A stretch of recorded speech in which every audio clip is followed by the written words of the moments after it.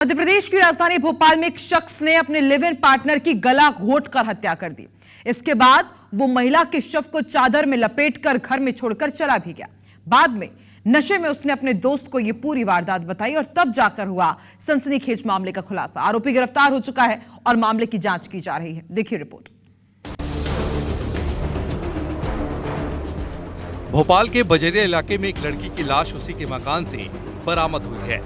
रितिका सेन अपने प्रेमी सचिन राजपूत के साथ 3.5 साल से लिव इन रिलेशन में रह रही थी। शुक्रवार की रात दोनों में रिश्तों में शक को लेकर विवाद हुआ और सचिन ने रितिका का गला घोंटकर उसकी जान ले ली।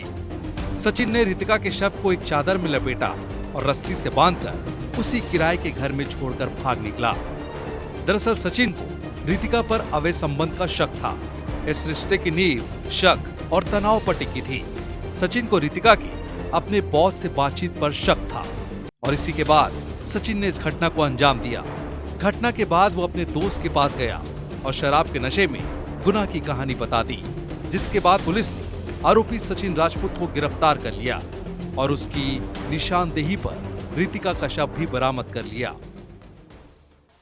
राजधानी भोपाल के करारिया फार्म का ये वही घर है जहां पर कुछ साल पहले रितिका और सचिन खुद को पति पत्नी बताकर लिव इन रिलेशनशिप में रहने आए थे, लेकिन किसी ने भी नहीं सोचा था कि इस रिश्ते का अंत ऐसा होगा। अपनी पत्नी को छोड़कर सचिन रितिका के साथ इसी घर में रह रहा था और अचानक दोनों के बीच विवाद बढ़ने लगे। सचिन को शक था कि रितिका का उसके बॉस के साथ संबंध है और यही वजह उनके रिश्ते का अंत बनी। बताया जा रहा है कि सिरोंज के एक बड़े कारोबारी का बेटा सचिन अपनी पत्नी से इसी बात को लेकर अलग हुआ था कि उसका रितिका से संबंध है। रितिका के साथ इस घर में लिव इन में था और दोनों पिछले 3 साल से यहाँ रह रहे थे, लेकिन दोनों के बीच संबंधों में ऐसी खटास आई कि एक ने दूसरे को मार ही डाला। जांच में खुलासा हुआ कि सचिन पहले से ही शादीशुदा है। उसने लव मैरिज की थी, लेकिन पत्नी से रिश्ता नहीं चल पाया और तलाक का केस चल रहा था। पत्नी ने उस पर दहेज प्रताड़ना का आरोप भी लगाया था। सचिन पहले भोपाल में ई रिक्शा एजेंसी चलाता था, वहीं रितिका भी काम करती थी। बाद में जब एजेंसी बंद हो गई तो रितिका प्राइवेट नौकरी करने लगी। रितिका के परिवार को भी उसके लिव इन रिलेशन के बारे में जानकारी थी। दोनों अपनी मर्जी से थे, परिजनों को भी कोई आपत्ति नहीं थी, जहां तक मेरे को अभी तक जांच में आया है।